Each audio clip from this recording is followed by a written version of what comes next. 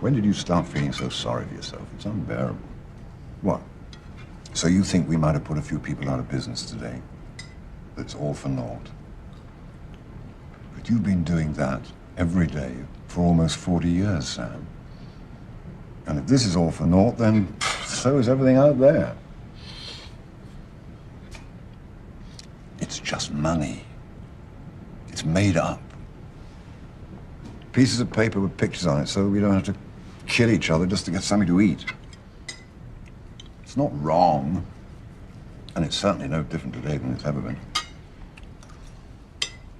1637, 1797, 1819, 37, 57, 84, 1901, 07, 29, 1937, 1974, 1987. Jesus, didn't that fucker fuck me up good? 92, 97, 2000, and whatever we want to call this. It's all just the same thing over and over. We can't help ourselves. And you and I can't control it or stop it or even slow it, or even ever so slightly alter it. We just react. And we make a lot of money if we get it right. And we get left by the side of the road if we get it wrong.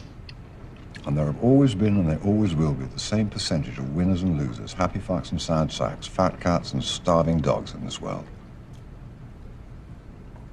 Yeah. There may be more of us today than there's ever been, but the percentages, they stay exactly the same. Good evening and welcome everyone to our webinar this evening. Just about a week ago, on September 22nd, former Labor Secretary Robert Reich appeared before Congress, and he testified in part that the Fed has raised interest rates from near zero in March to over 3% this week, and it has signaled it will keep raising rates until inflation is under control. I believe this strategy is a mistake. It assumes the current inflation is being driven by wage hikes and a tight labor market. But the underlying problem is not wage price inflation, it is profit price inflation. And that brings me to the topic of our webinar this evening, and that is how we can defeat the Fed's recession by using a Hamiltonian buildup of infrastructure and industry. My name is Julie Olson. I'll be your moderator this evening. I'm a business person out of the Pacific Northwest and the chair of the Progressive Caucus of the Alaska Democratic Party. We have a stellar group of speakers this evening, and I think you'll find the information they present enlightening, especially in view of our current economy. And with that, I'd like to go right to our first speaker, and that would be Alfeka Mutarti. She's a macroeconomist, and most recently with the International Monetary Fund. Alfeka? Thank you very much, Julie, and welcome to everyone, and thanks for coming on this evening's call. We really have a great lineup to talk to you about some very serious matters. Not only is our infrastructure crumbling around the country, but our economy and maybe even our financial system is crumbling as well. So we want to talk about how we can do something about that, and we have concrete plans for what we can do. I'm going to give you a little bit of a review of our proposal for a national infrastructure bank. My apologies to anyone who's already heard this before, but we might have some new people on the call who are not familiar with this proposal. Essentially, this is a bill in Congress, HR 3339, that would create a $5 trillion public bank to lend for infrastructure projects all across the country. And we currently have, the reason we need a public bank like this, by the way, is we simply cannot do this through budgets. Not the federal budget, not state and local budgets, nor even municipal bonds or capital markets are doing the job. So we need a national infrastructure bank to step in and provide this financing to rebuild our infrastructure. We're currently got 17 co-sponsors on our bill. We're actively looking for more. This is a great fit for both Republicans and Democrats. And I wanted to point out that this is a Hamiltonian bank. This is modeled on the first Bank of the United States, put together by Alexander Hamilton and George Washington, uses the same technique. to capitalize itself, and then goes on to give out loans just like a commercial bank. But the first step is to capitalize, and we use the Hamiltonian model of going to the private sector who are holding U.S. debt in the form of treasuries and swapping them into the NIB for preferred stock, paying the investors a little extra. This bank, by the way, is self-sufficient, doesn't require money from the budget to get it started or subsidize its operations. It can make money on its own, lending for public projects and infrastructure projects. And then it goes on to give out loans exactly like a commercial bank does, uses the same kind of accounting software and so forth, takes in deposits, creates money on the fly. This is a big bank. $5 trillion is what's going to be lent, so it can work very well with local public banks and local community banks, and it could build the big infrastructure projects that we need, and borrowers can come in who are state and local governments to request loans for their particular infrastructure needs. Here's what we cover.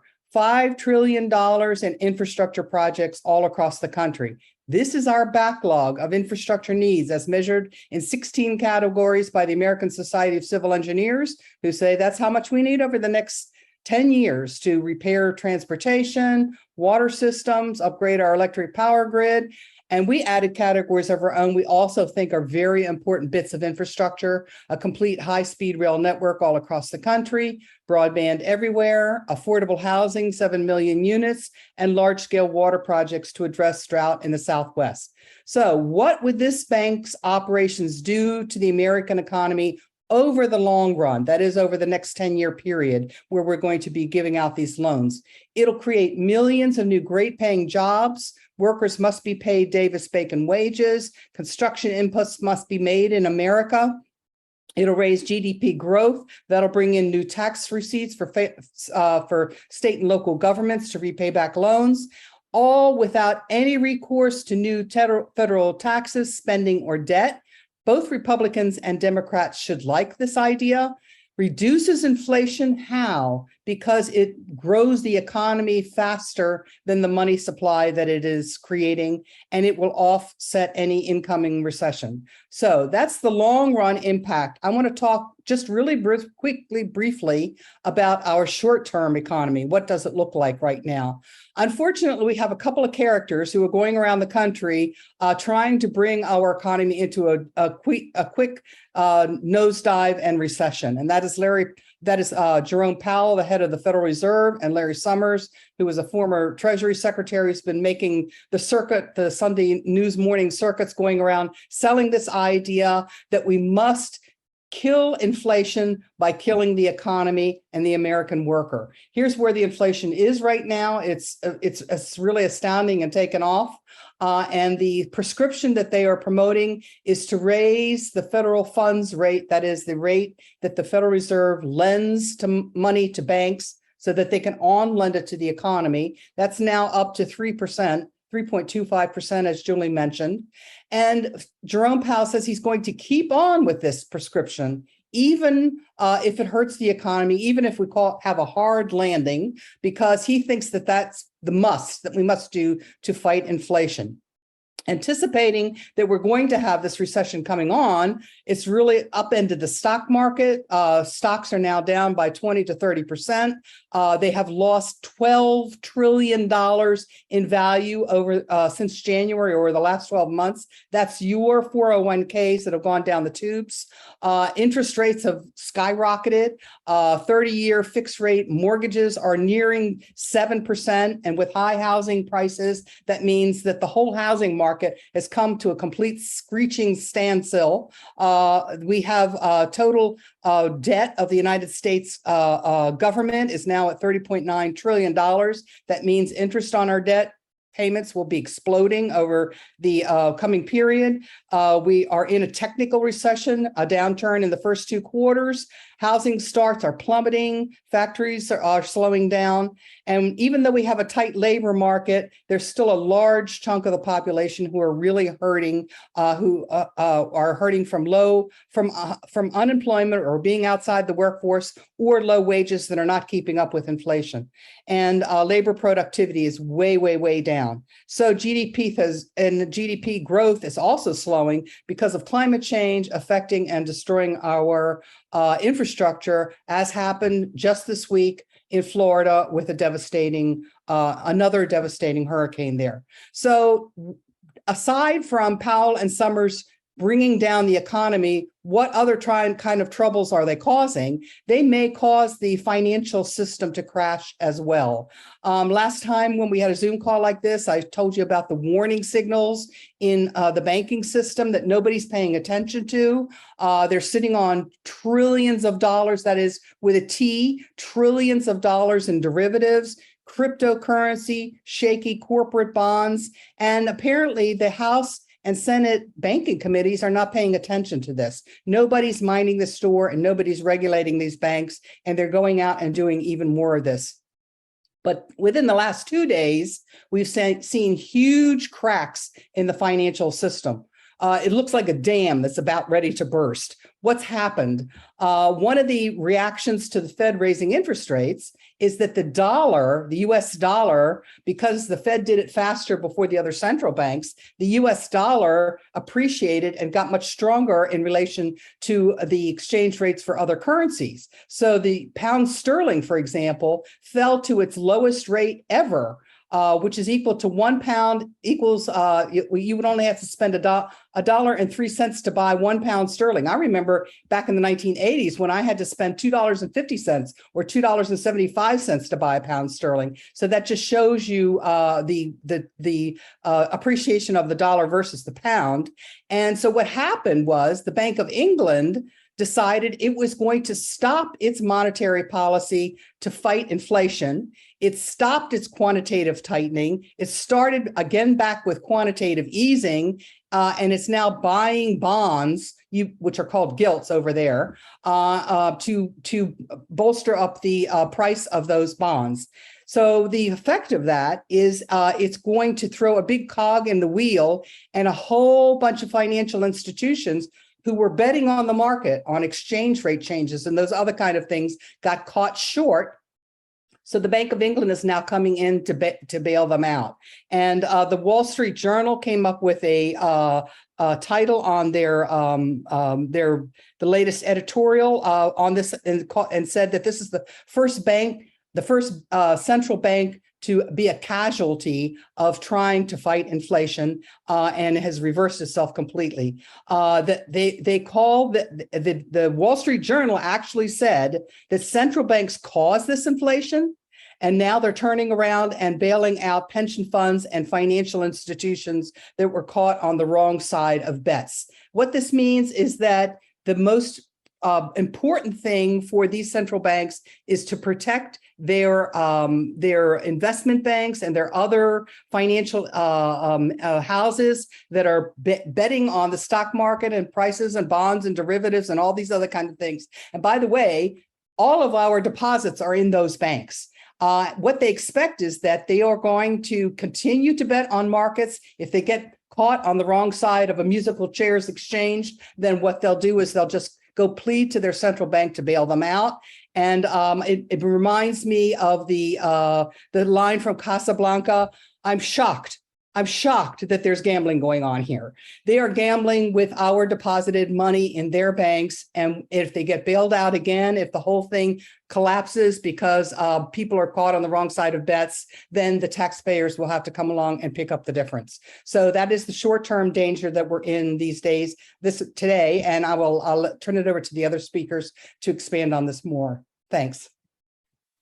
Thanks, Alfeka. I know our speakers are fascinating, and I'm sure they are generating a lot of questions in your minds, but we are going to have a question and answer period at the end. And so please just write down your questions and save them to the end. We do want to make it through all of our speakers and give all of them equal opportunity to talk with us today. So thank you for holding your questions to the end. Next, we are going to go with the esteemed Edward Cornell Professor of Law and Finance from Cornell University, Professor Robert Hockett. Great. Thanks so much, Julie, and thanks again, Alfeka, and to all of you for joining us again this evening. So what I think I'll do is offer a few remarks that kind of complement Alfeka's by sort of contextualizing a little bit more the importance of the proposal that Alfeka has put forth, and link up this contextualization to Alfeka's own references to sort of where we are right now. So while Alfeka has been talking about where we are, in effect, sort of at the moment, right now, sort of on the seemingly on the cusp of another possible financial crisis or meltdown, particularly if what's happening in Great Britain right now is a prologue, I'll sort of widen the temporal context just a little bit more, maybe first by a couple of years and then by several decades. I might even be tempted to go back further to say a little bit about Hamilton, but I'll try to rein myself in a little bit. So to begin with, as Alfeka noted, we find ourselves at the moment in a world where all the rage is over inflation, right? There's all sorts of talk about inflation and about how to deal with inflation. This is, of course, what Robert Reich was talking about in his testimony before Congress last week. It's what Larry Summers and the person I call Junior Larry, namely Jason Furman, seem to be talking about all the time these days as well. And God knows how many other people have been talking about it over the last year or so. It's helpful to sort of understand a little bit more about what inflation is than the pundits tend to say, and then even than the sort of more orthodox economist types, the sort of Larry Summers types say about inflation, before one can sort of understand what to do about it or how to sort of regard it. So there's a tendency, unfortunately, I think, among people like Larry Summers and Junior Larry, in effect, to channel the old Milton Friedman cliche that to the effect that inflation is always and everywhere a monetary phenomenon. And my friends, in particular, Julie and Walt and Alfeka and our friend Ellen Brown, who hear me all the time say this, are probably tempted to say, well, this has become a cliche too, because I say it all the time. But that is that Milton Friedman's remark about inflation being always and everywhere a monetary phenomenon is actually always and everywhere a half truth, right? It's precisely half true and half false. The reason being that it's to say that something is always and everywhere a monetary phenomenon is a bit like, trying to clap with one hand, right? It takes two hands to clap. Inflation similarly requires sort of two data points in order for us even to be defining anything, because inflation is essentially a relation, right? This is, I think, another cliche of mine that can serve as a sort of mnemonic. One has to remember that inflation is always and everywhere a relation. And roughly speaking, it's a relation between the money supply on the one hand and the goods and services supply on the other hand. And that, of course, is the reason for another cliche that you might have heard about inflation in the past, which is that it's too much money chasing too few goods, right? Goods are one side of the equation, the money is the other side of the inflation of the equation. So in order to understand inflation, one has to understand it as a relation between money supplies and goods and services supplies. And once one understands that, then one can understand right away why it might be wrong-headed to focus solely on the money supply, or solely on the credit supply in addressing inflation, particularly if doing so is going to tend to work to tremendous hardship on many people, or even on an entire economy on the one hand, while working on the other side of the equation would not necessarily do that, would not work such hardship, but in fact might do the opposite, might actually provide us with abundance of a kind that we haven't known for a good long time. And that's what I'm going to suggest actually is the story right now. In other words, the real culprit in the present inflation is the fact that supplies have been constrained, and supplies have been constrained for a long time. And those supplies did not appreciably rise. Indeed, they contracted yet further during a time of monetary easing that was itself altogether necessary, and hence not a case of overshooting the mark, as some people are saying right now. What do I mean by that? Well, let's start with the last point first, and then I'll kind of widen the lens a little bit. So when the COVID pandemic began to sort of take root in earnest and began to spread across the country with death rates skyrocketing in early 2020, the Fed recognized right away, and I think to its credit recognized, that it was necessary essentially to pump a lot of liquidity into the economy to enable people to keep buying, to keep spending, notwithstanding the fact that many were being laid off, that many businesses were temporarily or even longer than temporarily shutting down, that incomes were being constrained and the like. And in effect, what the Fed recognized was that they had not done enough in the way of stimulus, monetary stimulus, in 2008 and 2009, which was one reason that the crash of 2008 issued into a rather lengthy and protracted recession. And the Fed sort of recognized, again, to its credit and to Chairman Powell's credit for that matter, in 2020, that we don't want to repeat the mistake of 2008 or 2009. We don't want to sort of under-provide the economy with liquidity and thereby constrict the spending power of Americans in the midst of the pandemic, and thereby imperil those Americans themselves, and also further imperil the businesses whose very existence relied upon that sort of spending power. So the Fed, I think, rightly, in conjunction with the Treasury, as authorized in turn by Congress, rightly pumped a good bit more money into the system in order to sort of prevent a worsening meltdown of the kind that happened in 08 and 09. Now, the problem with doing that alone, as I and a number of others, including Alfeka, warned even at the time, and I remember Walt warning about this too, and so did Ellen, was that if we pumped monetary stimulus into the economy, as we indeed had to do, without doing anything to compensate for the supply constriction that was underway as a result of the pandemic, we would down the road face inflationary pressure. And it was worth the risk, right, to sort of take on the risk of inflationary pressure down the road in the short term, at least, because again, we had to have that stimulus out there or else things would have been much, much, much worse. So what people like Alfeka, Walt, Ellen, and I were warning at the time is, yeah, let's do that. But let's also do as much as we possibly can to boost supply, right? Just boost production, boost supply in the economy in order to, on the one hand, sort of absorb that additional extra money that was being pumped into the system, and also to provide ourselves against the various harms that we're facing as a result of the pandemic. So, for example, if we are underproducing N95 masks, or if we're underproducing hospital beds, or if we're underproducing respiratory ventilators, which you'll remember were in short supply at the time, let's work quickly to make it safer for people to work in the various facilities that produce these things, and let's ramp up the production of these things, both because we need that stuff and because we need more goods supplies in order to absorb the additional money that's being pumped into the economy once we get out of the sort of immediate difficulties that we're facing. Of course, that did not happen. So that's one reason that we've got an imbalance between money supplies and goods supplies right now. As it happens, however, the problems go deeper and are longer standing. And so we can, as I mentioned a moment ago, widen the lens or the temporal lens a little bit further than just over the last couple of years, and note that there are other reasons for supply constrictions, right? So one was, of course, as we know, the pandemic also, of course, put a crimp in global supply chains of various kinds, right? So lots of stuff that we had come to rely on other countries to produce and then send our way, right, to export to us and for us then to import from them. Lots of those supply chains themselves got crimped and damaged, partly by the pandemic itself, partly by geopolitical doings. Furthermore, the invasion of Ukraine back in February, as we know, placed serious doubts on and will place serious constraints on petroleum production, other fuel production and delivery, and also various foodstuffs and global commodities production and supplies as well. Again, sort of more recent stuff, right? Kind of immediate term. But we can go back even further, right? And we can go back at the very least to the 1980s and early 1990s, when the United States as a polity or as a society seems to have made the judgment that production here within our own borders just doesn't matter, right? That basically we can import our goods from elsewhere.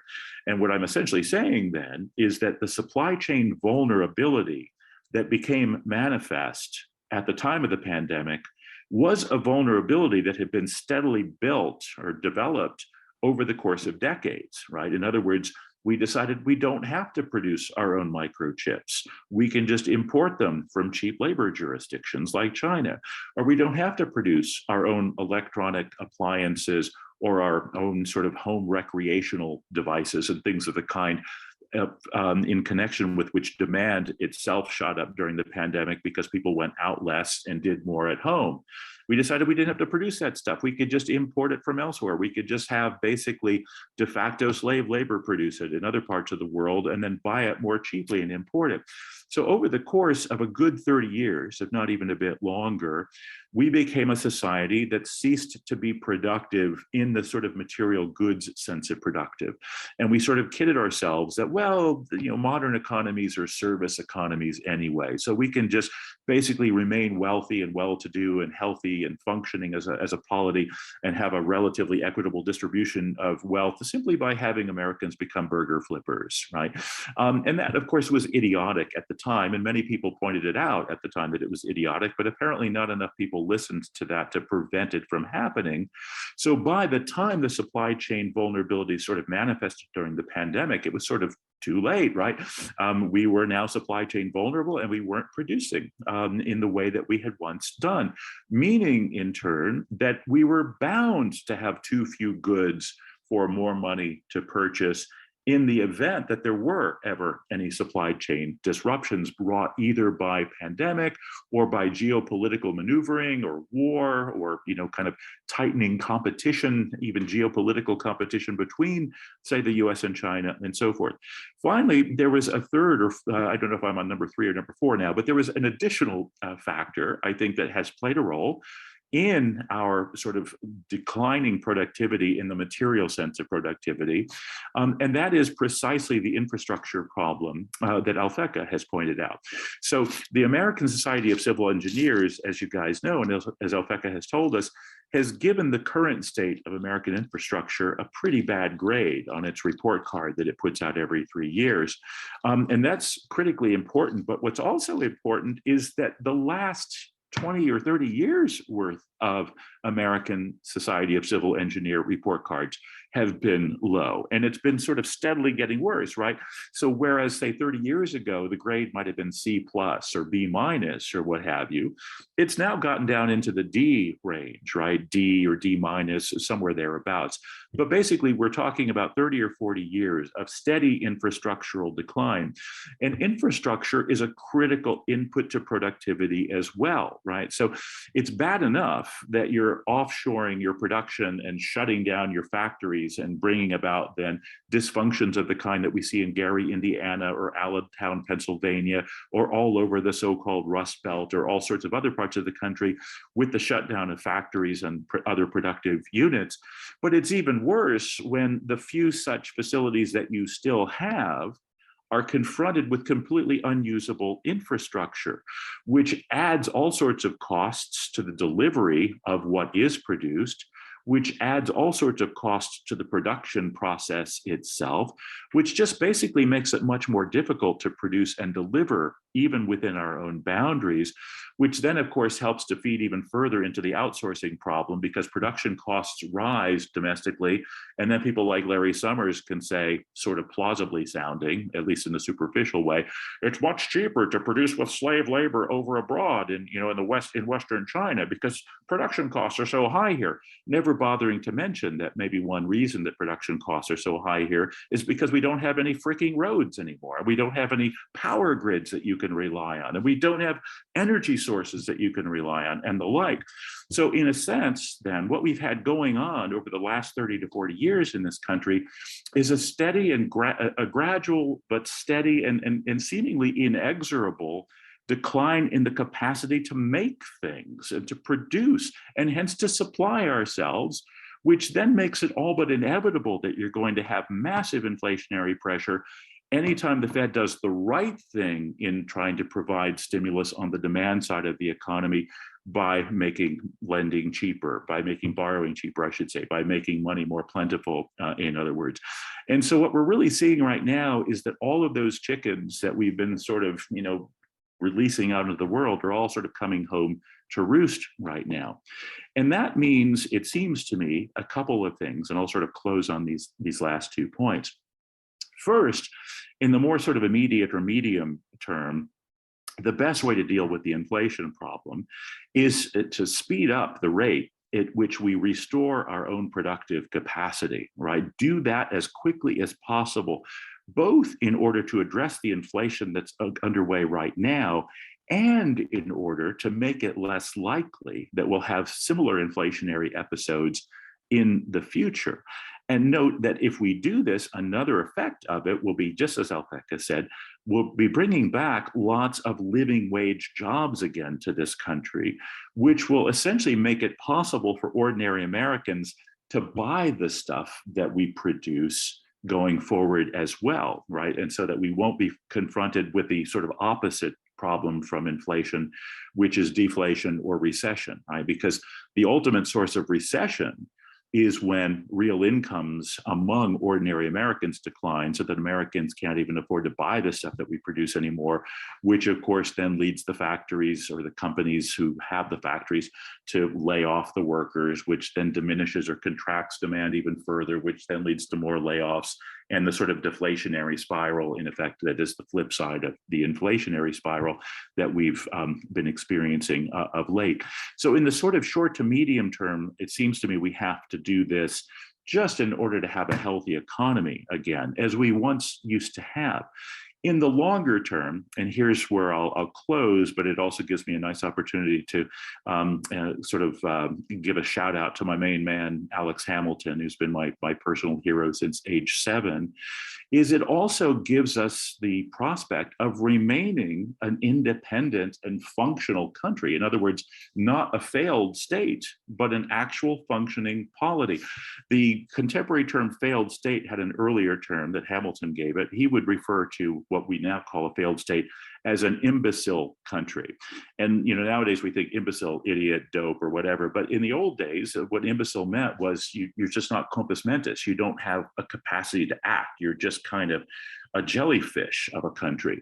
And Hamilton argued, I think quite forcefully in his day, that while the US had ceased to be a political colony of Great Britain, because we had successfully broken free in a military sense, we were still essentially an economic colony of Great Britain, even after independence had been won, at least at first. And this was no surprise. We were founded as colonies by Great Britain in the first place, simply to supply Great Britain with raw materials, on the understanding that all the factories that make stuff out of raw materials would stay in Britain, right? So we were supposed to remain basically just a raw materials supplier to Great Britain while we were colonies. And what Hamilton argued was that if we don't do something to take charge of our own economic diversification and of our own national productive capacity, we will remain a de facto colony of Britain, and hence also remain ever vulnerable to being taken back over as political colonies of Great Britain too. So he said,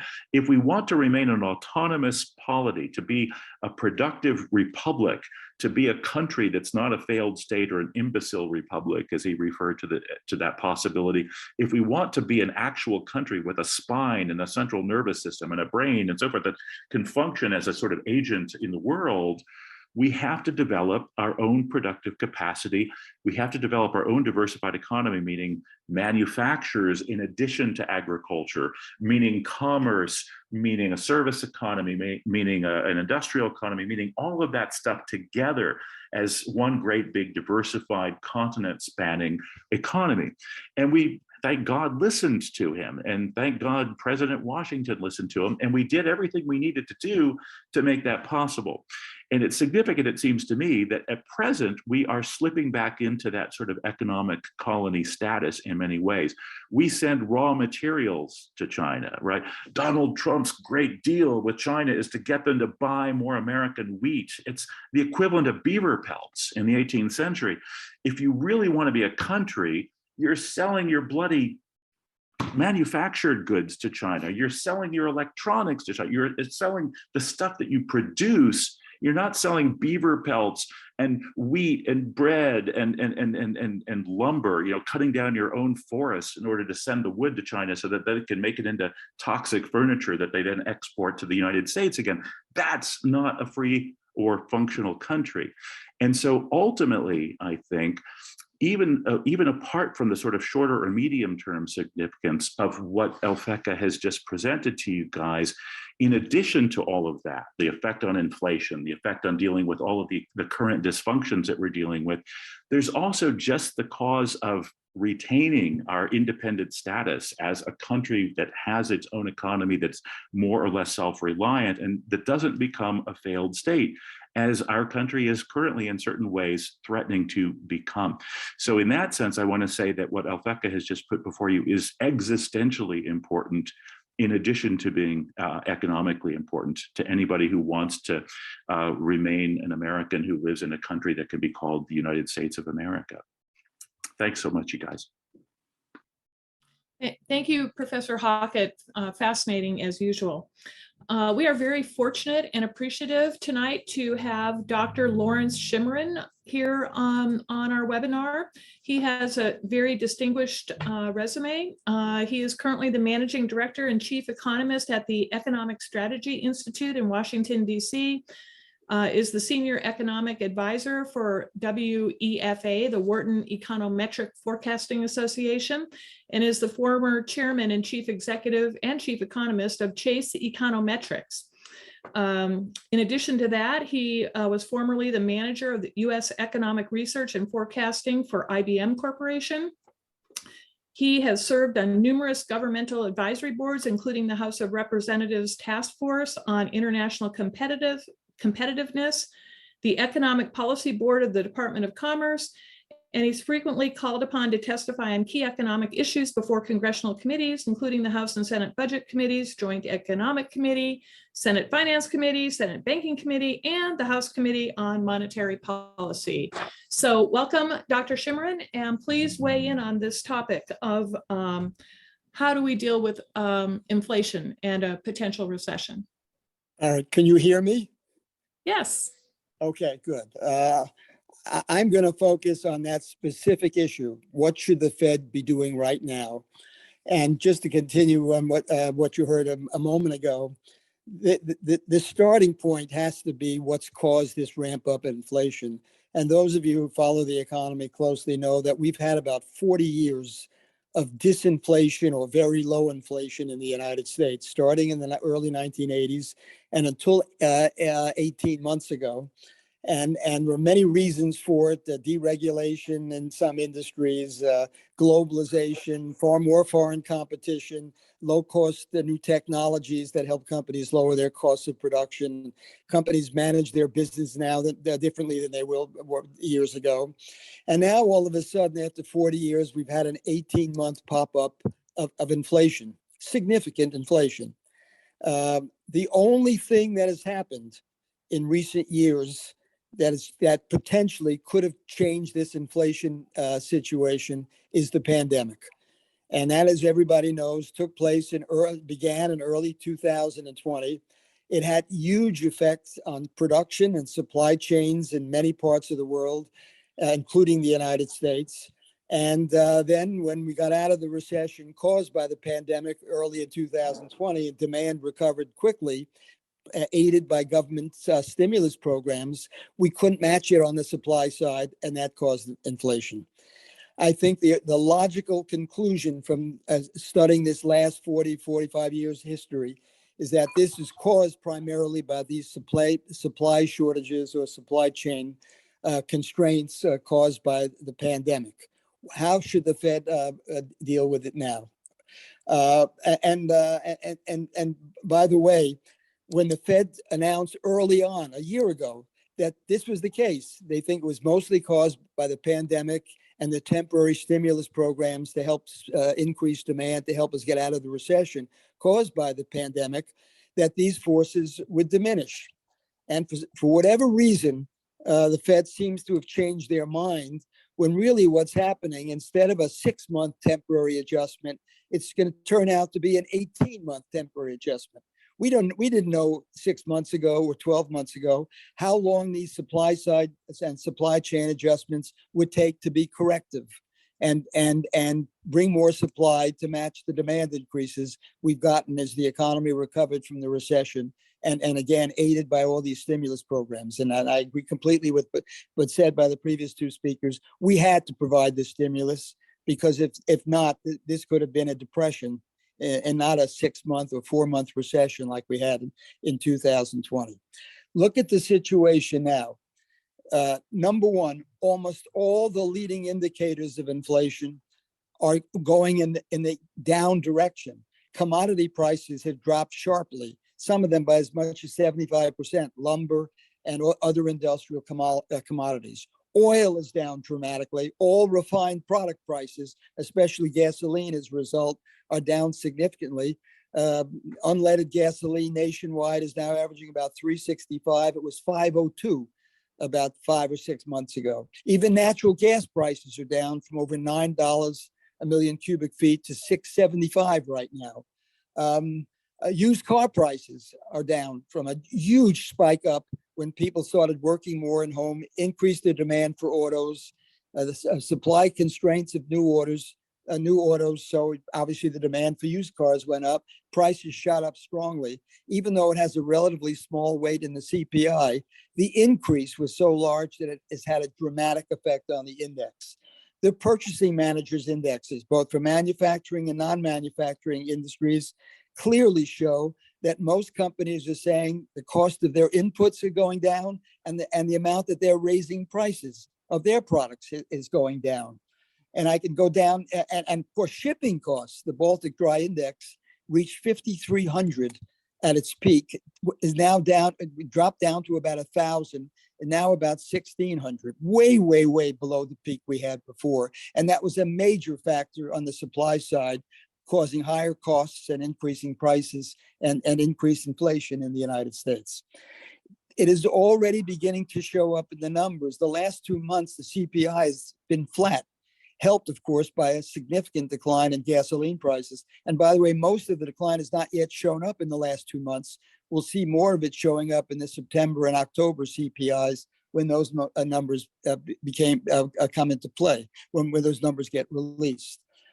You can't do a year-over-year comparison now.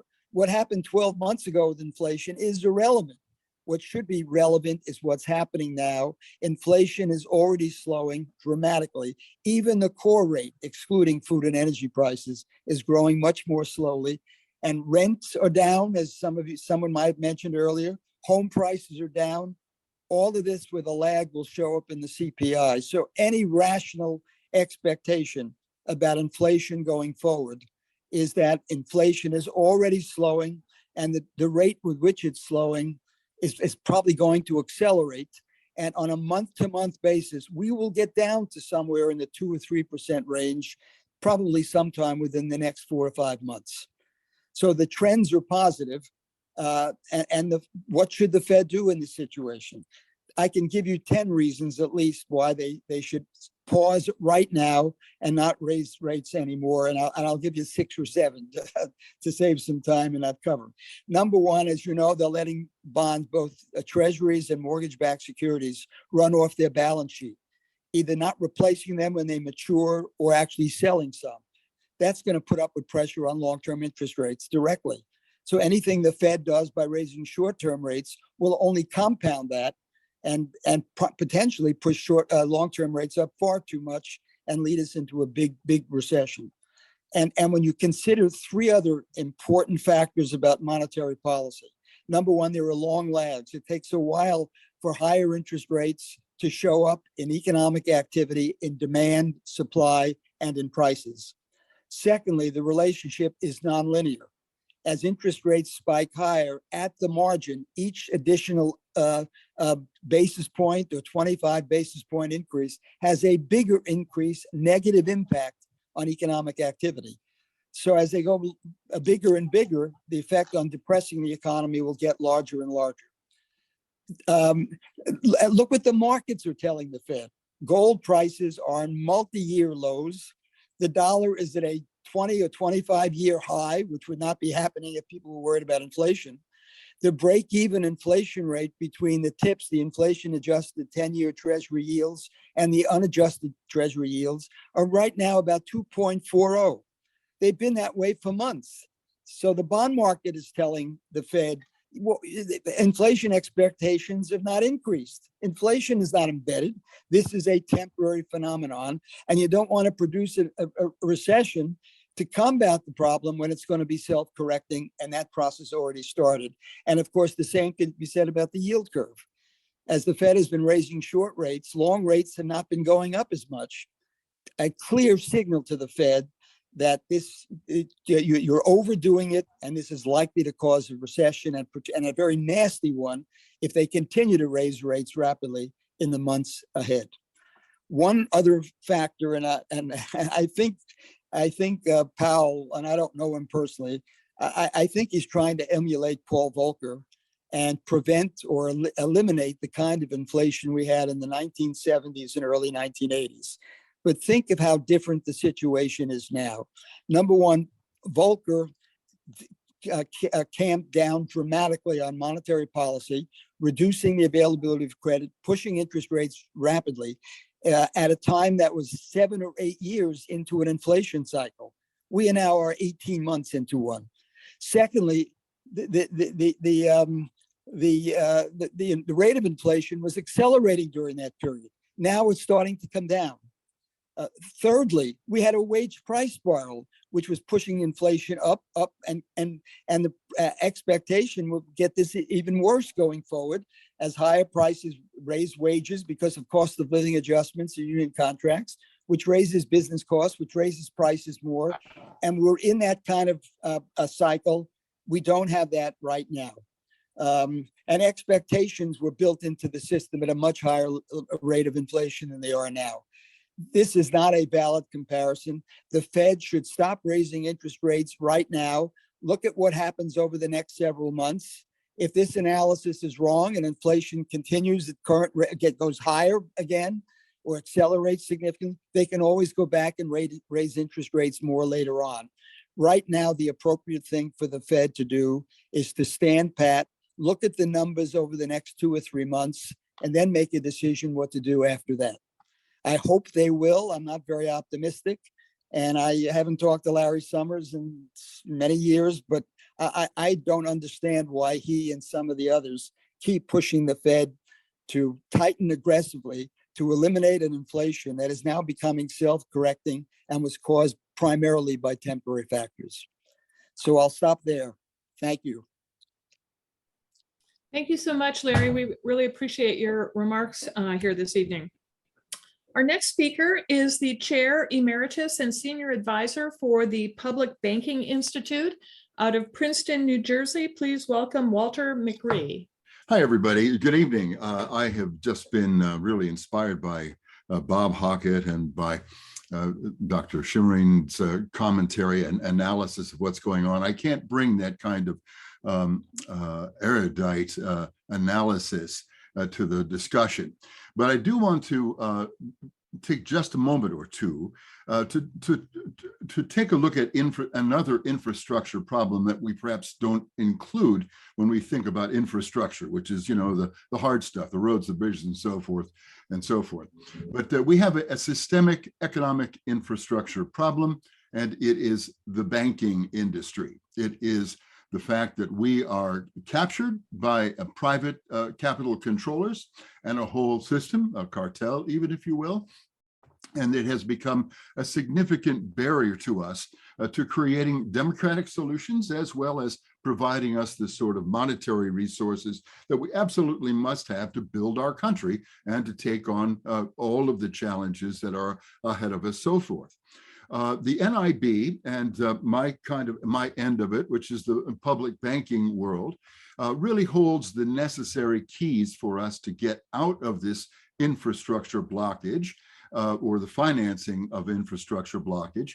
And here's an analogy. You know, as they say, of course, roads, bridges, and so forth, but water, I think, is a great metaphor for money. We talk about currency, liquidity, flow. Even the banks, the river banks, kind of have a water metaphor. So it's a nice nature to use, or a nice metaphor for us to use when we think about money. Water is essential for our life. It is invigorating. It is without it, we will not live. And there again is another metaphor or analogy to money, because money is the lifeblood and the river that flows and keeps our economy working, operating, and without which we will all certainly shrivel up and go someplace else, I suppose. So this is one other little variant of that is consider who controls the spigot of money, right? If whoever controls the spigot and turns on the source of credit and money really determines who's going to be getting any water, and who will get it, how much, but also, what it's going to cost them in terms of market value or market costs, and so forth. So it's a super powerful place to play. It is certainly a utility. Banking, therefore, is a utility. And we need to start thinking of it as that because it is a public utility. Money is built around the full faith and credit of the people. And that's us. So we should have it. It should be available to us on terms that make sense, not that are extractive or exploitive. Now, about banks, another element that we want to keep in mind is that what are banks? Banks are, most people think, too many people think, even some bankers think, that they are intermediaries of somebody else's money, that when they make loans and so forth, they're taking money out of a vault, somebody else's money and giving it over to you. This is demonstrably false, and it's important for us to get past it, because if we don't, we're not going to get the power of the National Infrastructure Bank or even or public banks in our cities, counties, and states. When money, 95% of our money, or somewhere in that vicinity, most of our money is created out of nothing, as when banks make loans. They are digital entries in a double-sided accounting ledger. And so it is a privilege, a franchise, an extraordinary privilege and franchise that we've given away. We have abrogated the power and the control of our money to private parties. So it is the challenge here is then for reclaiming this, and we live in a day where this is really pivotally important for us if we're going to be able to afford the things and create the credit for the things that we need to recover from the various challenges that we've got. And as you know, private bankers are not committed to public purpose. They are in this for making profits. That's fine, but it doesn't help us anything.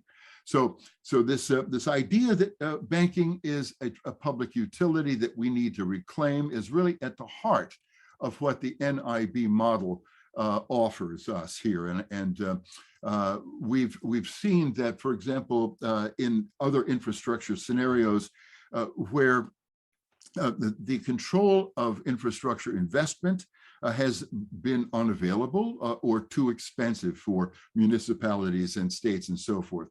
The privatization of public assets, our common weal, the equities that we have as a public have been traded for cash because governments are poor, are cash poor because they don't have banks. In part, they don't have their own banks.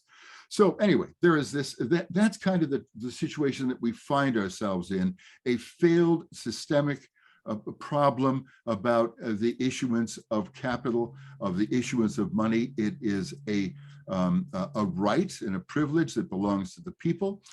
It is something that we need to reclaim and really insist upon. I think you'll see that when you talk about Summers and Powell, remember that they both have big bank backgrounds, and you could also, I suppose, postulate that there are conversations behind the veil of money control that might have something to do with corporate profits, depressing the power of labor, et cetera, et cetera. But I'm going to let it stay there because we're kind of tight on time. I hope you get the point. Banking is a utility. It belongs in public hands. The National Infrastructure Bank sets a table for that. Let's do this. Thank you so much, Walt. Appreciate your being here this evening. And that kind of concludes the theoretical portion of our program this evening. And now we're going to go to the feet on the street portion. And so our next speakers are going to relate to you and talk to you about some of the infrastructure needs in their areas. And then we have a report from California and the state of public banking in California. So our next speaker, please welcome Assemblyman Felix Ortiz, the former assistant speaker of the New York Assembly. Felix? I'm here. Thank you. Thank you very much. Thank you for the opportunity to be with all of you tonight. This has been an amazing path in Puerto Rico by being hit by Hurricane Fiona, and now Florida being hit by Hurricane Ian. So just in a very short, because of timing, I would like to report tonight that Alfeka, I would like to thank her for putting together a wonderful op-ed that Stuart, like you know how Stuart work, he gave you something to do and he wanted it done yesterday rather than 2 days from today. So I took actions, and we was very blessed to have some signatures in the op-ed. The op-ed is being probably report to be on the Spanish language Republica newspaper, the English version. And also I just had a conversation, you might know the paper, The Hill, in Washington, D.C. So we hope that the Hill will get the op-ed as well. And the op-ed is regarding really what is really happening about climate change, and also how the federal government really is tackling climate change and trying to be more proactive and reactive.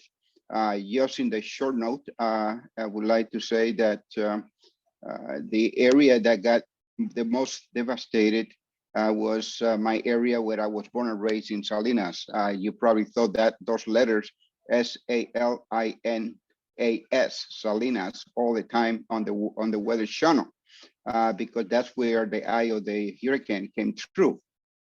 First time in 100 years that our town, despite the fact that we had Irma and Maria, got hit, and Hugo and others, never has been a devastation such as big as this one. We had 3,000 residents, households in this particular little town. 2,500 of those houses, including my house, has been asked to be demolished as a result of the hurricane and the devastation that came through between the river getting together with the ocean. So they both collapsed, and we had water all over the place. So this op-ed really is trying to encourage all of us and the federal government and those who might be able to read this, to ensure that our communities and our neighbors and our state and our territory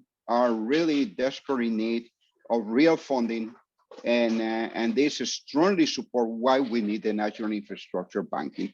And I would like also to thank you guys for all of you who signed it, and also all these the folks that spoke before me. When we're talking about supply and demand, one of the biggest challenge that Puerto Rico had at this point is called the Jones Act, that was created in 1917. So for those of you who may not understand who the Jones Act is, prohibit Puerto Rico from receiving goods and services in boat that have not American, that they don't have American name on it. So therefore, I give you a quick example, and I finish with this. And an example is that we desperately needed diesel. You might heard on the news that the diesel was stopped in the Atlantics. Well, the reason and the rationale why the diesel was stopped and not come to Puerto Rico to be supplied to 7 hospitals that needed ASAP was because the Young Act would not allow this particular boat to really come to the port of Puerto Rico. So therefore, we have, besides having this infrastructure banking, we really have a very serious issue regarding the Young Act of 1917. So I finished there, but I would like also to say thank you. And I hope that this article will really be inspirational on, sorry, what happened in Florida. We was not expecting when we was doing the op-ed that Florida will be hit so badly. But I think that this is also an indication why the infrastructure banking and Congress folks and the federal government just need to stop playing games and get into action. Thank you very much. Thank you, Felix. Appreciate your being here and all your work on the National Infrastructure Bank. Our next speaker is Ben Gordon. He is a representative of the Public Bank of Los Angeles and is on the board of the California Public Banking Alliance. Ben? Great, thank you. Great. Yeah, so local and regional public banks, as we all might know, will be essential to carry out a national infrastructure bank as envisioned here. I think the key is that these local and regional public banks bring local knowledge and relationships to federal credit to achieve the levels of trust needed to carry out such massive federal priorities. I think historically it's the only way that's really worked, anywhere from China to the US's own past. The public banking movement in California in particular has brought together quite a diverse coalition of interests that can help put into motion projects quickly. So I'll give just a few, I'm here today, just give a few quick highlights from around the state of just some recent progress. I'm guessing, and seeing that people are on the call from all over, a few years ago, California passed an enabling act in our state assembly that allows public banks to be created at the local and regional level. So in Oakland and Berkeley, they're working to approve their viability study and getting quite close, and it should happen in the next few weeks. San Francisco is midway through their business plan.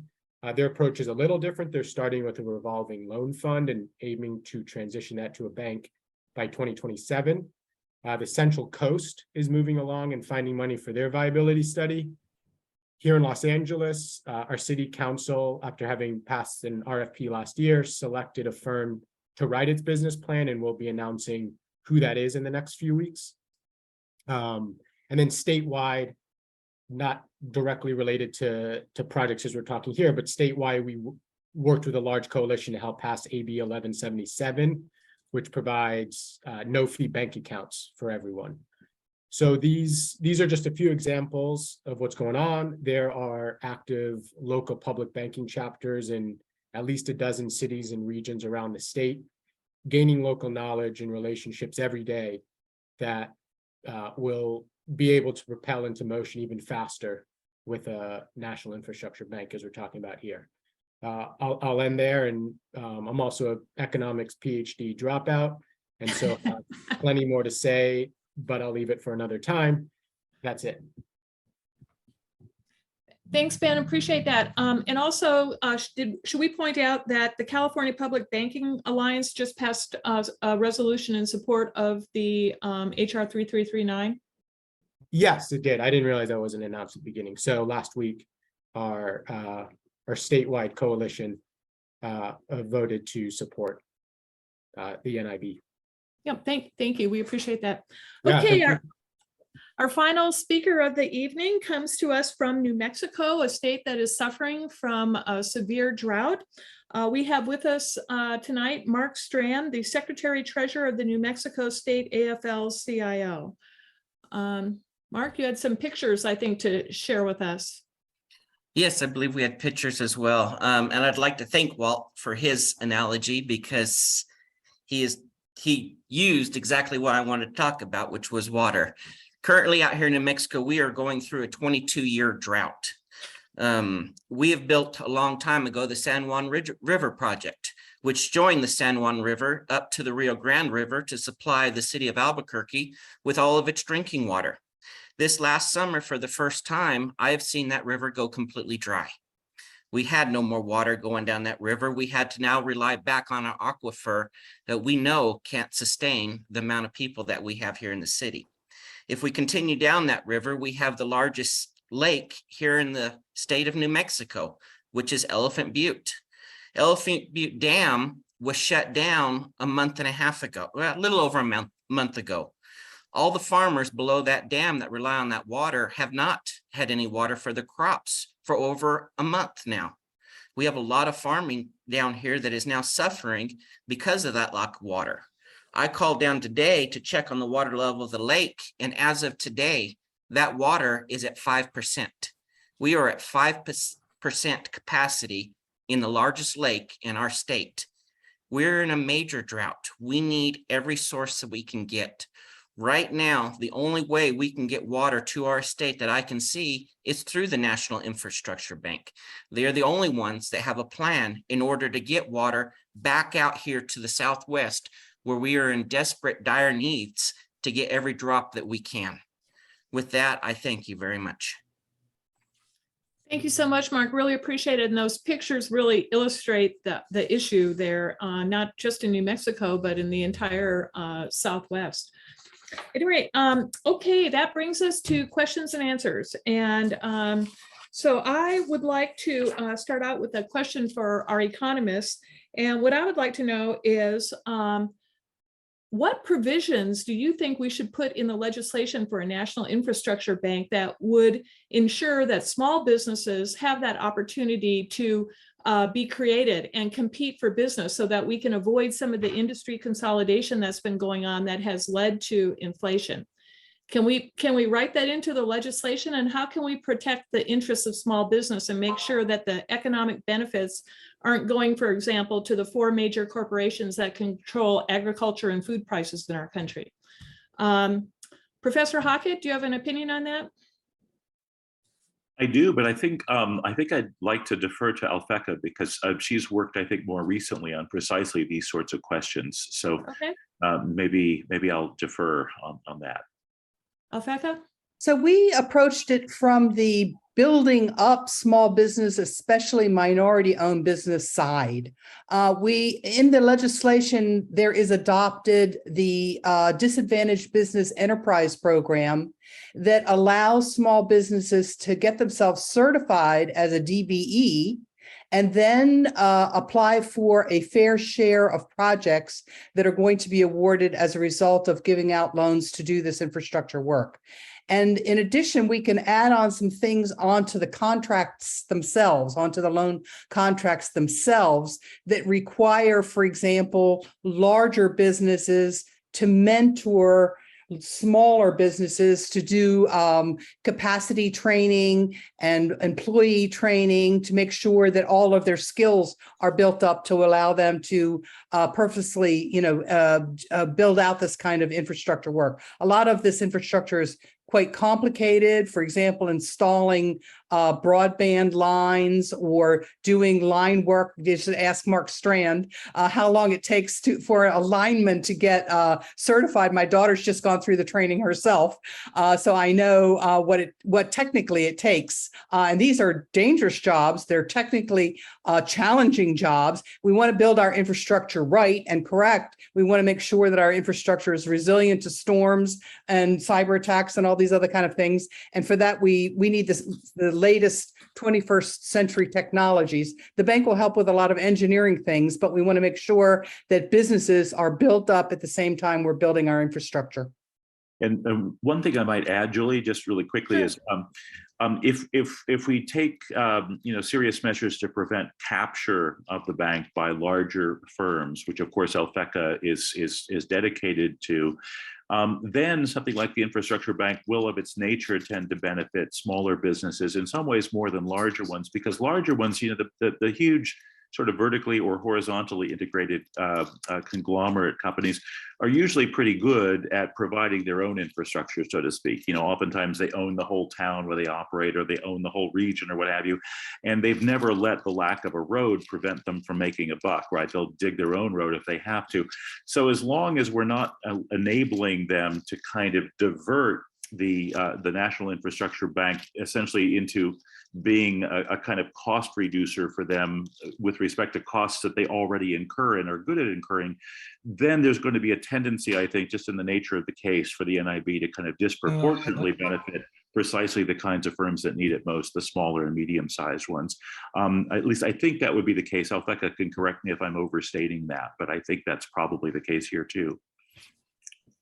That's for me personally, that's comforting to hear that many of those benefits are going to trickle down to the smaller businesses here in America. As we know, they employ millions of Americans across the country. Okay, I want to go to Rick Gerling. He's got his hand up. Rick, did you have a question or a comment? Hi, yes, thank you. I brought this up. I'm a member of the San Francisco Public Bank Coalition, and together with Ben, I'm in the California Public Banking Alliance. And I brought this up at yesterday's meeting. And one of the questions that came up was, how will the bank be governed? So do you have can you give a outline of how the bank is going to be governed? Yeah, yes, we do. I do want to encourage everybody after the call to get on our website where you will actually be able to pull down the bill and read it. It's quite extensive, but Alfeka, perhaps you could give a brief summary of the governing structure of the proposed bank. So HR 3339, what it is, it's the charter to create the bank, and it explains how the bank is governed and what kinds of projects it can give out loans for. So essentially, this is a financial institution, much like a bank, that is alongside of the federal government's executive branch and budgeting and that kind of thing, but has the capacity to approve its own loans. It has a board of 25 directors. There'll be staggered tenureships, so it should go across different, administrations, Republican and Democrat, to replace the board over time. They're nominated and approved by the president and Congress, but once they're in there, they should be different specific kinds of people, that is engineers, representatives from state and local governments, representatives from labor unions, from disadvantaged communities, to make sure that the loans that the board is approving meet with the criteria set out in the bill and the act. That's the first level of governance. Then the bank has all of its usual banking kind of structure to it: risk officers, loan officers that check up on loans to make sure that they're performing correctly, auditors that audit the bank's books, and all of it will be publicly disclosed to the public. This is a publicly owned national bank. So every time we'll report, just like the Reconstruction Finance Corporation, we'll be reporting on how many loans are given, how much has been paid back, what is the status of the projects that are being rolled out, and to make sure that everything stays on track. And then also an inspector general to report any malfeasance of any kind. So we think that but if anybody looks at that act and has any suggestions for anything that they think might need to be tightened up. For example, the California public banking people now have a lot of expertise their own that they're building for their own public banks that might be applicable even to the NIB. If anybody spots anything, then they could just roll together some suggestions for the bill to send to us. Thanks, Alfeka. I want to say that in a previous meeting, we had some excellent comments from folks on Buy American provisions and how to correctly state those and include those in the legislation. So again, we really appreciate comments from the field and ideas that people might have and how we might be able to make this legislation even better. And what I'd like to do next is call on Councilwoman Janet Diaz, who's been a supporter of the National Infrastructure Bank. And Janet, could you weigh in with a couple of comments here this evening? Sure. I am very excited about the Infrastructure Bank. I've been with them the past 2 years, I would say. I brought it to council and we voted unanimously. And I continue basically working and advocating and lobbying.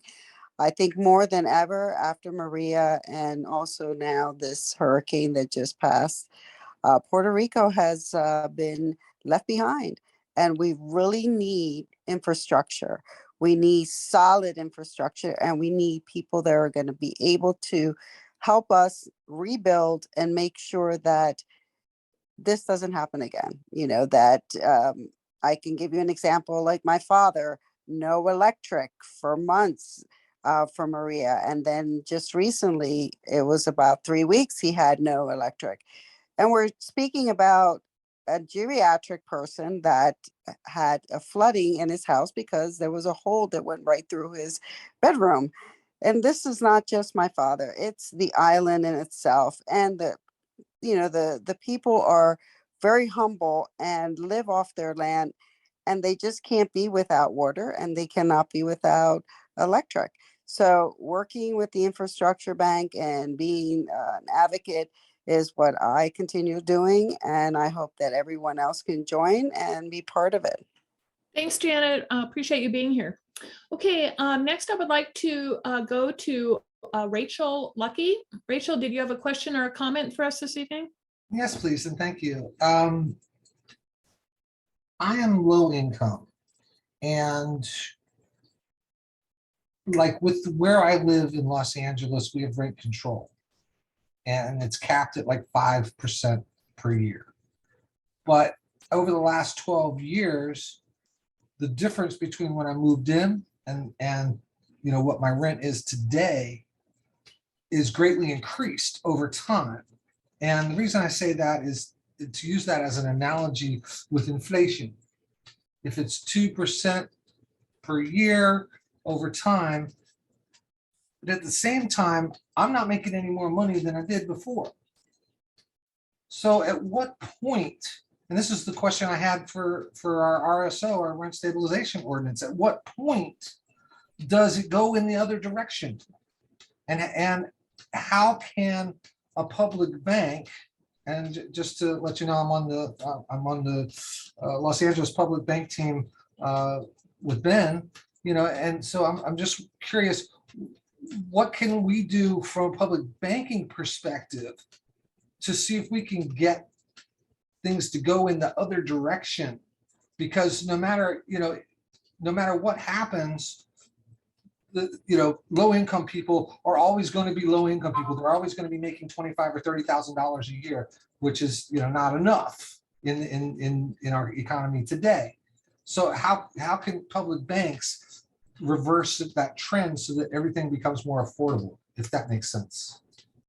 We'll let a couple people have a stab at that. But first of all, I do want to say that affordable housing is a really important part of the National Infrastructure Bank platform. So affordable housing is in huge need all across the country. And so we really believe that we need to provide the funding to be able to build units pretty much everywhere. But there's a couple other things that the National Infrastructure Bank might address that would help things go in the other direction. And that would be if we can provide affordable and good broadband everywhere across the country, that's going to enable more remote working or work from home opportunities for people that might be disabled, might not be able to get out of the house, might be in a rural community where there aren't that many jobs. It's also going to enable things like telehealth so that it will be easier for people to get decent health care regardless of where they are in the country, and be able to get a better education through distance learning. And so those kinds of things that the National Infrastructure Bank will enable might help things go in the other direction for people who are low income and give them more opportunities. But would anybody else like to address that question? Alfeka?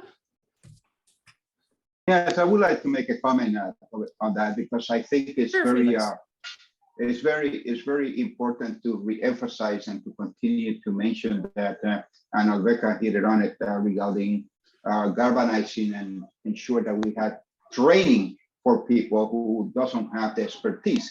And this is lifting up the minority community and the small businesses by open the gate for participation. And I think it's very crystal clear on the legislation that they say that minority-owned businesses will be part of the process, and they will be engaged, and they will be to ensure that they will be able to galvanize and move forward with us. So this is a reason why I'm the infrastructure banking national. I'm with all of you, because I do believe that that the language is part of to lift everybody and specifically those who has been left behind for many, many years are being used by other groups to ensure that they will be able to capitalize. But this is not about capitalize on behalf of the low income or minority community. This is for all of us to work together to ensure that our country will be only one country to move forward. And that's the national infrastructure banking. That's the reason I'm here. Great points, Felix. Thank you so much. I think Hey, we'll move on Julie. to our next question. And I want to go to Don Siefkes. Don, you've got your hand up. Yes, I did. Thank you very much. I think my question is, to me, this is, as an ordinary citizen, this is a no-brainer, okay? And I just can't understand why people like Professor Hockett or Walt McRee or Lawrence Shimmering aren't on, like, I don't know, the Federal Reserve Board or the President's Council of Economic Advisors. Aren't there people already in those positions that agree with this? And if they're not, what can ordinary citizens do to get some people that think like this, that understand the importance of public infrastructure, into some of these rooms in Washington where these decisions are made? It's hard to believe that Larry Summers and Jerome Powell are running around the country wanting to put 2 to 4 million people out of work. It just irritates me to no end. So how can people like yourselves that have some authoritative academic credentials get into the arena with the people in these back rooms? I think that's my question. Or is it even possible? Great question, Don. I appreciate that. So Professor Hockett and Dr. Shimmering, you've been called out. Does either of you have an answer for Don? Yeah, I mean, I'm happy to start, I guess. We've come pretty close recently, but unfortunately there are certain sort of, I guess, political imperatives that some members of Congress are moved by that kind of still get in the way a bit. So for example, Sarah Bloom Raskin is a close friend and very nearly came to be appointed to the number, what's sort of thought of as the sort of number 2 position on the Fed board, basically the sort of relatively new position on the Fed board that's recently been created to have somebody sort of in charge of the sort of regulatory functions of the Fed. And Sarah, who of course Walt knows and Ellen knows and probably Alfeka knows as well, has a really long-standing record as a great progressive financial regulator and central banker. She used to be on the Fed board, having been appointed by Obama in 2010, and then was number 2 at Treasury during Mr. Obama's second term in office. And we quite nearly had her in a really important position of that kind. And we've had a number of others who have been quite close to her, who we've gotten pretty close to getting on there. And we do have some who are on there who are by and large, I think, reliably, humanely oriented, you know, including at least one on the board right now. But we're just not quite getting over the finish line yet. I think we've come closest during these first couple of years of the Biden administration than we've come in a very, very long time indeed. And I do think if present trends continue, we will be there next time around. But it's certainly not for want of trying. I've been for years in very close contact with a lot of the people who are currently on the Fed board, people who currently work at Treasury. I talk to them with some regularity. They pretend to be taking me seriously. Presumably some of them actually mean it. I know it's the same story with Alfeka. I know it's the same story with Walt and with Ellen. And, you know, I can't help but think that we're pretty close to being, you know, kind of less like sort of shadow Fed board members and more like actual such members. And I thank you, Don, so much for that, the vote of confidence. I mean, I'm with you. It seems to me you don't even have to have a particularly sophisticated background to sort of see the truth of much of what we're saying. A lot of this is kind of common sense, it seems to me.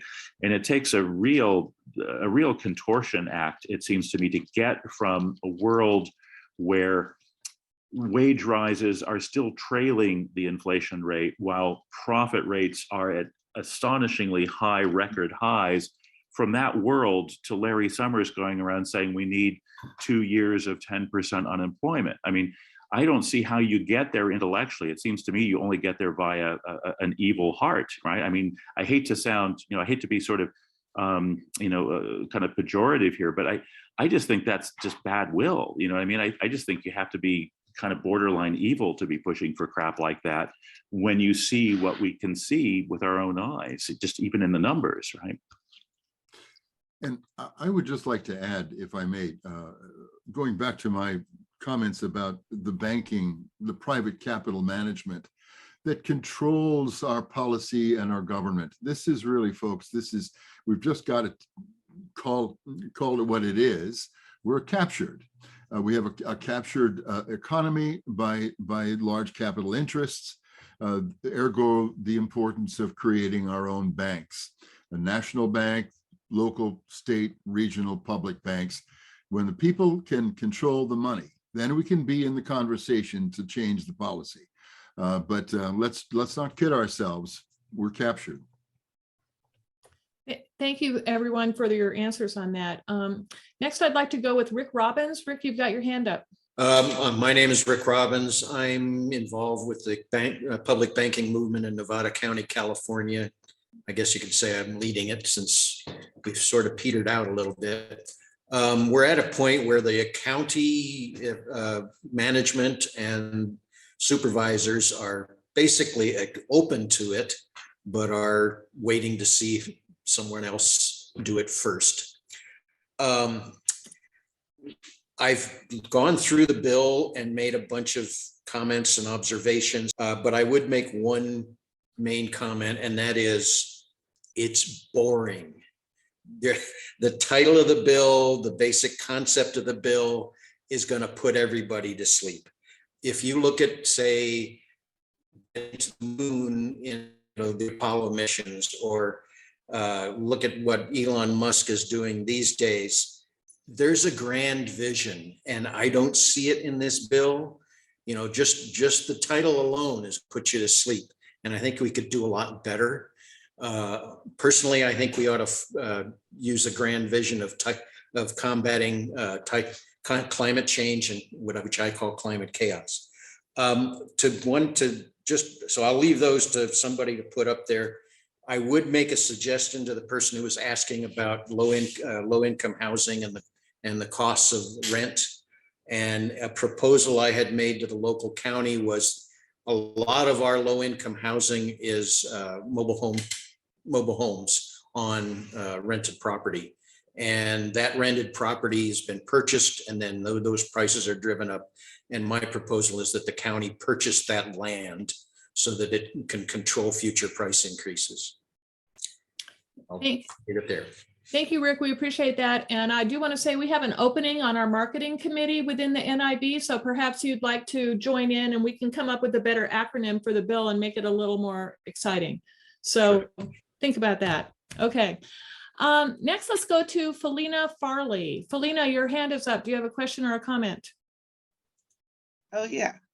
Hi, I'm Felina Farley, the National Media Co-Chair of the Green Party, and I'm right now Black Caucus rep on the Banking and Monetary Reform Committee, which is the call I'm on right now because we have our weekly calls. So we're trying to catch up on this new movement of public banking. The Green Party has always had public banking policies in their platform. I did have a question about MMT and the problems we've had with resisting MMT as part of monetary reform, and there was no mention of that tonight. So I would like to get some feedback on that. Could we repeat that? The problem of what? Modern monetary theory. I see. Alfeka, would you like to address that? I don't know that we're big proponents of modern monetary theory or that even. Yeah, I think that I'm going to let Robert and Walt say something about this because even on Walt's board of Public Banking Institute, he's got some MMT people.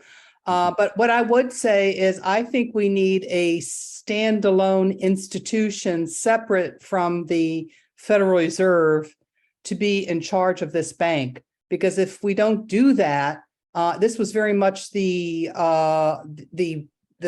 modus operandi of the previous bank, the Reconstruction Finance Corporation, which was a separate financial institution from the Federal Reserve, because we need that in order to mobilize these investments in infrastructure. And what we're doing is we're putting this ability to make money, print money in our NIB's hands, as opposed to letting the Federal Reserve do it and push it through commercial banks. And it's not their inclination to invest in infrastructure. That's they don't think it's profitable for them. And if they could do it, they would do it now, but they're not doing it. So that's why we think we need a separate institution. But I'll let Walt and Robert say something too. One thing I would say really quickly is you can sort of, maybe the best way to think about MMT is it's sort of one branch on a tree. And the tree is what matters here. And the tree is essentially an understanding that money is generated, that money is not pre-accumulated. It's not sort of made available by people making deposits in banks. Another way to put this is to say that it's more true to say that loans make deposits than it is to say that deposits make loans. And now economists refer to this understanding of money as endogenous money theory. It's often attributed in its modern form to the great Swedish economist Knut Wicksell of the late 19th and early 20th century. And that's what's important. And that's what Walt was channeling as well, right? And that's the tree. I call it the endogenous money tree. MMT is one branch of it. And insofar as it's on the tree, it has a lot of truth to it. But it also has certain attributes that are unique to it that aren't the case, that aren't attributable to other branches on that tree. And in consequence, when the MMTers get into trouble, or if they say things that appear to be wrong, or if they sort of go out on a limb, if I can kind of overplay the tree metaphor for a moment, if they go out too far on a limb and get discredited by one thing or another, there's a tendency for some people to think, well, that must mean that the entire endogenous money tree is sort of dead from the get-go. And that's just not true. So for my part, I tend to think of the MMTers as kind of cousins to Walt and to me and to Alfeka and to many others of us. And cousins, in effect, to the proper understanding of John Maynard Keynes's economics, for example, and cousins to the Wickelsian economics and so forth. And it's better not to focus on those cousins and better to focus instead on the whole family or on the tree, as it were. And that's effectively, I think, Walt will correct me if I'm sort of mischaracterizing him here, but it seems to me that that's what Walt himself was channeling. He was basically trying to tell you, look, money doesn't come from deposits. Basically, deposits are created through the creation of money, which comes through various forms of public action, including public banking. And that's what matters. So we shouldn't get hung up on any one twig or branch on the tree. We should focus on the tree itself, which is that it's in our power to generate the currency supply, whatever form that takes, whether it be paper currency or coin, or bank money, as Wicksell would have called it, basically that's created by the crediting of accounts by banks that are in turn then backed up by the Federal Reserve System. And Walt, I hope that is a fair characterization as well as of what you said. I just love having a friend who can quote Wicksell. No, you did a beautiful job, Bob. That's great. You said it very nicely. Thanks, Walt. All right, thank you. We'll go on to our next question. Stephen Fry, you've got your hand up. Do you have a question? How you doing? I'd like to first off be very appreciative of Mark Strand's brief but very important comments. And also to Don Sefsky's point, I've talked to a couple of yous offline on the board, and what I see, to Don's point, economic incumbents, and that's what I'm going to simply call them, they want to blame excessive wages as an excessive corporate expense, okay? So they don't like Davis-Bacon wages, back to the point that Alfeka made in the presentation. What I've done while I'm sitting here is I've got 2 contacts in Ohio. I'm retired railroad signalman, let's put it that way. And I have contacts on the Labor Council, Ohio Afl-Cio Labor Council, through the steel workers and through the UA pipe fitters. And I'm getting ready to throw an invite out to them because we just need more sets of ears on this. And then the question I have, and I can look for a real succinct, even down to a yes or no. One of the biggest words in my Senator Sherrod Brown's vocabulary is Davis-Bacon wages. He sits as chairman of the banking committee. Is that a potential ally to our efforts? I'll await your comment. Thank you. Good question. I myself am curious as to whether or not we have hit up Senator Sherrod Brown's office. Alfeka, do you know? NIB coalition people? Yeah, we did talk to Sherrod Brown's office really early on, actually before we even had a bill.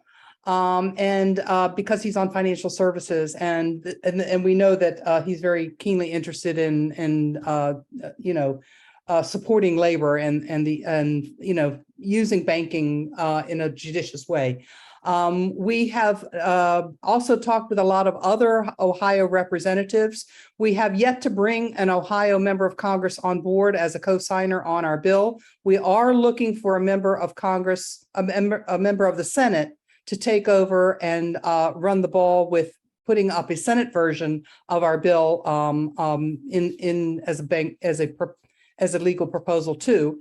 So all hands on deck that want to help and support with this are very welcome. We are making vast strides now. What we're really surprised at is the biggest push seems to come from legislators who recognize there's not enough money in current bills, that is the bipartisan infrastructure law, the Inflation Reduction Act, or any other thing that's going on to fix all of their disintegrating infrastructure. They are the ones who are the most interested, that see the water supply going dry, see the electric grids teetering on the brink, cracks in bridges and things like that. They know how very critical it is for us to fix our infrastructure and how critical it is to get people to work in great paying jobs. This will really help to iron out income inequality and make our growth equitable growth. All these things matter. So when the legislators go and talk to their members of Congress, this really works and brings on new co-signers onto the bill. Thanks, Alfeka. Could I make one final comment? As Sure. you know, I have my original inclusion and interest in this forum is through my All Aboard Ohio, which is Amtrak Connects US. I'm not plugging it, but I'm making the association with that's a heavy spend of infrastructure. So I've got reasons also to write Senator Brown. So I'll try to polish something up, and me and my group will make sure we address it in that regard. And my many thanks to Mr. Mark Strand. Thank you. Thank you. I'm going back to listening. So see you next meeting. Bye-bye. Thanks. We appreciate your help. Okay, we're going to try to get through our final questions here and get towards wrapping up our meeting. Timothy Bruning, do you have a quick question? Yes. Are there national infrastructure bank political movements in other countries? I'm envisioning a Canadian infrastructure bank, a UK infrastructure bank, a global infrastructure bank, etc. Well, they're already there. So, many countries around the world have infrastructure banks. So they're kind of beating us to the punch here on that. I don't know, Alfeka, do we need to elaborate more on that question? Yes, many other countries have infrastructure banks, and they are building much more successfully their infrastructure than we are. All of Europe has an international one, the International Bank for I forgot what the name of it is actually, sorry. But that builds their European infrastructure. UK is building one. Canada has one. Unfortunately, it's not getting off to a good start because it requires public-private partnerships. But the biggest ones are in China. China has 3 development banks. Helen Brown from our group reported on how successful these have been in building a water grid in China, in building 23,000 miles of high-speed rail in China.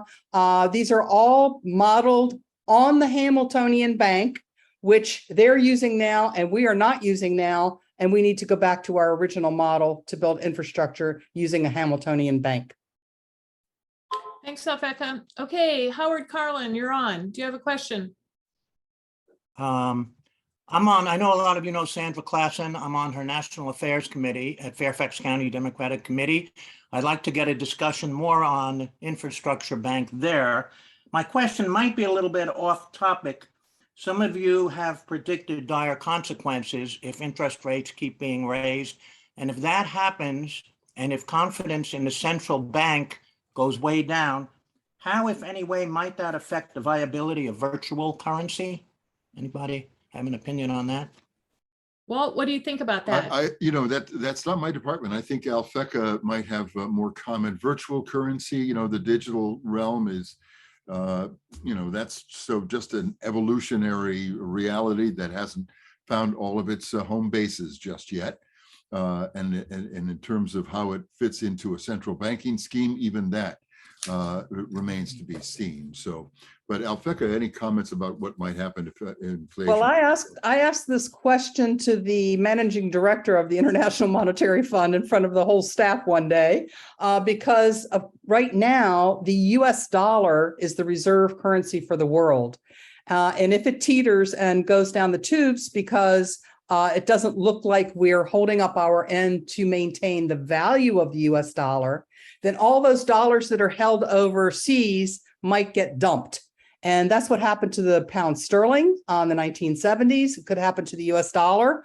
The replacement for it could be something else, though, not a virtual currency. It could be the special drawing right, which is the currency that is created by the International Monetary Fund. That might be, which is a basket of currencies that might replace, that might replace the dollar. We need to have something that's stable instead of a bipolar currency that is the world's reserve currency. So that's another question, a question for a bigger forum like like the G20 or something to thrash out how we're going to maintain the world's financial stability by having a strong reserve currency we can count on that's not being deflated by one thing or another. Thank you. Thanks, Alfeka. Okay, final question of the evening. We're going to go to Richard Lippin. Richard, do you have a question for us? Hi. I hadn't planned to be on tonight. I'm not dressed for the occasion. I'm a physician. But anyway, I couldn't resist trying to respond to that one gentleman who said that the bill's title is boring. All bills' title are boring. That's why they moved from that's why they moved to the name Obamacare from the very bulky title that was that very successful bill. I am a marketing kind of guy. I heard that Robert Hockett had actually come up with the phrase, "Make America Make Again." That's MAMA, M-A-M-A. That's a hat. That's a hat that counters MAGA. M-A-M-A, MAMA, Make America Make Again. And that's sort of sexy, and it's not, it shouldn't be the title of a bill, but it is something that relates to this concept of trying to be less boring. If we could come up with phrases like that, I think that's a terrific phrase. If Professor Hockett is still on, congratulations. Make America Make Again. Thank you. And thank you for a very good town hall, Julie. Thank you. And thank you for being a great cleanup batter. So way to go. Excellent last question. Okay, so with that, we have a couple final slides I'd like to share with everyone here tonight. And oh boy, Mississippi, the water crisis in Jackson. So we've worked really hard with our partners in Mississippi to get some op-eds and press going on the failure of the water system there in Mississippi. And of course, Mississippi is not the only place with issues with their water system. So, definitely problems around the country. But it's really allowed us to bring some focus to the National Infrastructure Bank there in Mississippi. The Albuquerque Journal, we've had lots of media there in New Mexico around the drought. You saw the photos that Mark shared with us this evening. It's a severe, severe problem. And so we really appreciate all the folks that are working with us in New Mexico. We actually have 2 of their 3 representatives in Congress have signed on as co-sponsors for HR 3339. So really want to do a shout out to Senator Bill Tallman. You see his name there. He's been really one of our champions in New Mexico in terms of building support for our resolution. And next slide. Oh, okay. So here's something really important. Our organization is run by volunteers, and even so, we do have monthly expenses for our Zoom calls, for our videos, for various expenses, office expenses and such. And so we are just a grassroots organization, and we definitely could use your support.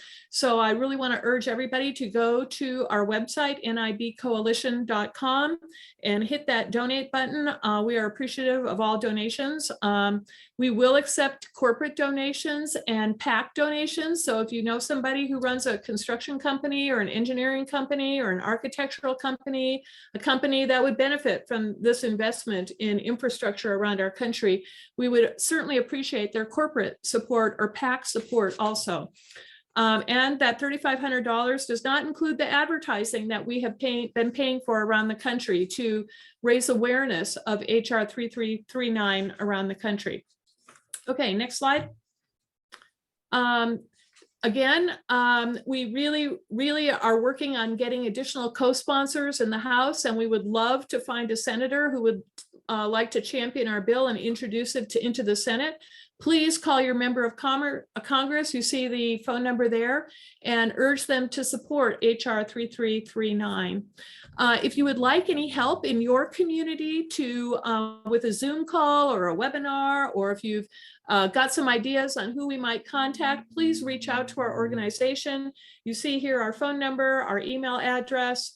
We're on Facebook and on Twitter, so please reach out to us. We would love to do a Zoom presentation for your area and to raise awareness and garner more support in your state. So here you have all of our contact information. And I think that brings us to the end of our presentation this evening. Thanks everyone so much for being here. We really appreciate it. And thanks for all your participation and the great questions. And we'll see you next time. Bye, everyone. Thanks a lot.